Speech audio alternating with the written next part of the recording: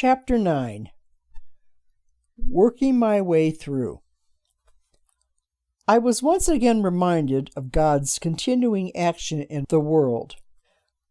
Miraculous events started to appear natural as they were less and less surprise. God seemed to be very near and very interested in what was happening to me.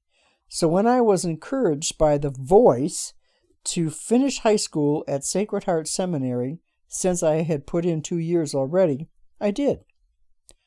The voice left the door open. I could go to University of Detroit, taught by Jesuits after high school. There I could pursue a career of my choice. The options were given as before, as usual. It never happened that way. First of all, I became more and more involved in the extracurricular activities. My interest in remaining in the seminary increased each year. Tuition was $300 per year, very reasonable for boarding school. It was possible because the Archdiocese of Detroit subsidized the seminary. Still, in those days, it was a good sum of money. When the occasion arose, I applied to work in the front office on the switchboard. It was great. I could get out of study hall and get paid for it at the same time. It wasn't much, $1 per hour. It added up. I was able to pay my own tuition and have spending money besides. There were other advantages. I was able to meet all the professors more personally. They would come in to get their mail, stop by to see if there were any phone messages, and sometimes just come in to chat. I even got to read the newspapers without having to share a copy in the library. Part of the job on the switchboard was taking care of 27 professors, each having a separate line. When you see old black and white movies, they sometimes show the girls plugging each call in an outside line. The result, a crisscrossing of many connections.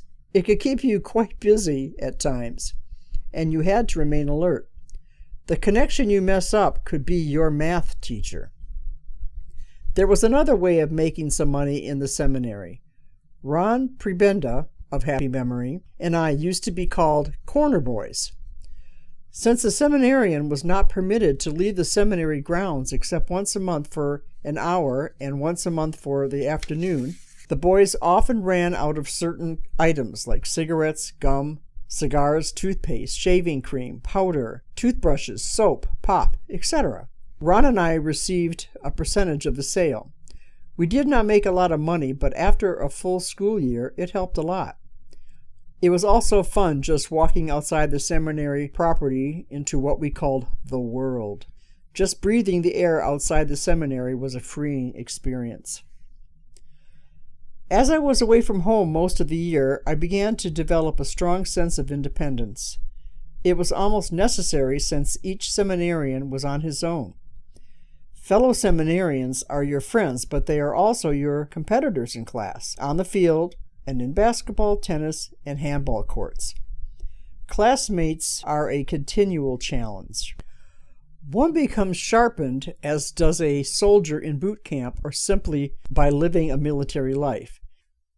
The key to happy living in the seminary was to comply with the rules and regulations, become more and more disciplined in body, mind, and spirit, and to maintain at least a fairly good academic average through diligence and study. At Sacred Heart Seminary, there was a statue of the Mother of Jesus in front of, but to the side of the main doors of our chapel.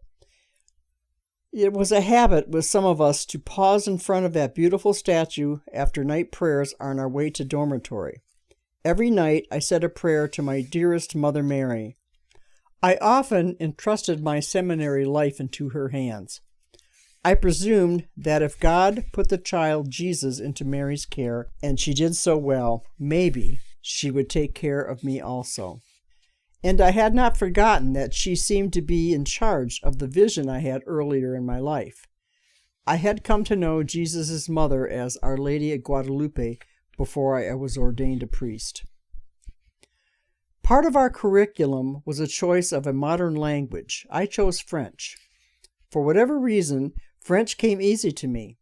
In fact, all languages seemed easy. I had no difficulty whatsoever with Latin, Greek, or Hebrew, which were part of the curriculum at appropriate times as the preparation for priesthood. Latin, of course, was the language most used in classes. During the last 6 years in the seminary, the majority of classes were in Latin, and so were the tests.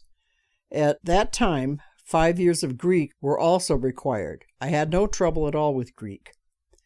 In both these languages, the rules are fixed and pronunciation is consistent, which makes them easier to learn than English. That is, if English is not your mother tongue. Even though French had a strange pronunciation for a certain combination of vowels and consonants, the pronunciation is still consistent and predictable. Learning French was practical for me.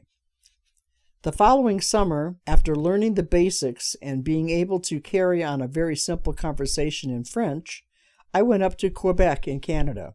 Everything was in French. I got by very well. Only one incident came off badly. I went into this restaurant with a fellow seminarian and ordered my meal in French. The waiter turned toward me and said in a sneering voice and with a French accent, "Monsieur, if you cannot speak French right, then don't speak it." I retorted, "Monsieur, if you cannot speak English right, don't speak it." Then I took the dish, threw it across the table in his direction, and walked out. That was the only bad memory I had of that trip. It was another opportunity to learn patience with others. During my second year of French, I wrote a letter to my great-uncle, Bishop Louis of Tripoli, the last of the line of bishops in the illustrious Samonie family. He could speak and write in 11 different languages. Instead of writing in English, I wrote in French. It was a 2-page letter introducing myself as his grandnephew and that I had prepared for the priesthood. I wanted to make sure it was clear enough in French for him to understand, so I had our French teacher, Father Hennis, check it over for mistakes. He liked it as it was. My great-uncle was 90 years old at the time. I was delightedly surprised to see that his handwriting was a beautiful script and his French was perfect. Included in the envelope was a letter to my dad in Arabic.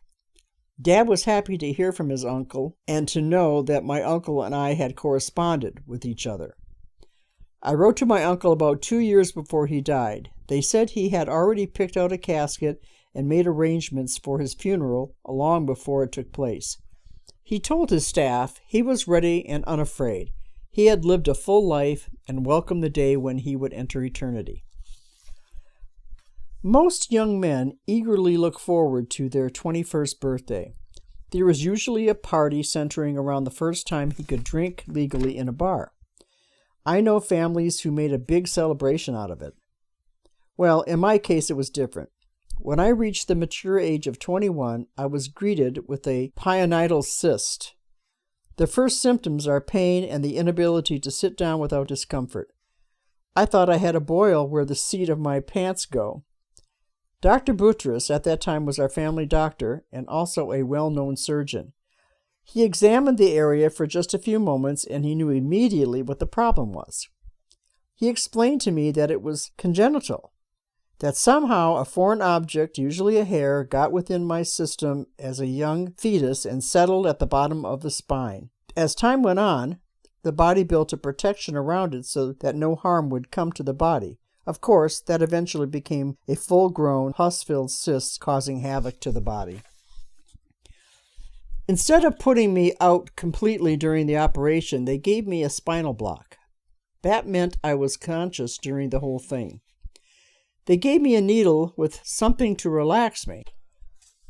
One of the nurses was supposed to keep an eye on me to see how I was holding up during the surgery. I was making conversation with her. Then at one point, I looked into her eyes and muttered, "You have beautiful green eyes. I have never seen green eyes like yours before, and you're very pretty." Just then, the doctor yelled, "Shut him up." I remember the nurse giving me another injection. I lost consciousness very quickly. When I awakened after the surgery, I was teased by the doctor and a few nurses about being a seminarian and flirting with one of the nurses during surgery. The doctor laughed and explained that the medication affects people in different ways.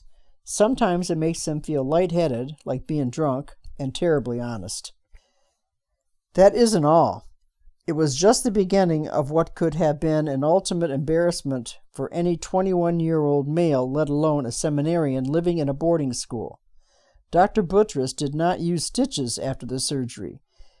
He said the pineal cyst is commonly known to return, if simply stitched afterwards. He told me of a woman who had the same operation 13 times. That's correct, 13 times. Every time they sewed her up, there was a buildup of liquid causing another surgery to relieve the condition. So my doctor left the incision open to heal on its own from the inside. Meantime, there was always liquid or pus to deal with. There were cyst baths to be taken every day. This went for a month at home and another 6 weeks at school. The most embarrassing part was that the good doctor recommended Kotex to absorb the draining. That went on continually. When I returned to the seminary, I had to trust a friend completely because I could not place and tape the Kotex in the right position by myself. I chose Dick Loringer as my trusted friend. He was true to his word. If he had just once broken his word, I would not have been able to get by one day without laughter and many insulting nicknames that described a man wearing one of the female sex's unmentionables in a male boarding school yet. It seemed to take forever to heal, but once it did, the cyst never returned. Nature took care of it the long way, and apparently the best way. Chapter 10. The Next Major Step, with Help. I had to make another important decision in 1952. That was the year I had to decide whether to leave the seminary and go home, or, as a college graduate of Sacred Heart Seminary, go on to St. John's Provincial Seminary in Plymouth, Michigan. St. John's Seminary was the major seminary, and it was called provincial because seminarians from all over the state of Michigan were also permitted to take their last 4 years of study at St. John's before being ordained to the priesthood. The voice was active again, inviting me, as before, to take the step. The voice complimented me on how well I was doing. It would be the right move for me. St. John's Major Seminary was the last stopping place on that 12-year journey toward the priesthood.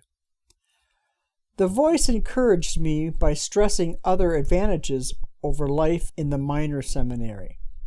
The food would be better, the air was fresher outside the city, there were new classmates to meet from other dioceses, there was a golf course right on the seminary property, and just think, I would actually be studying moral and dogmatic theory, sacred scripture, canon law, homiletics, and the liturgy in the major seminary.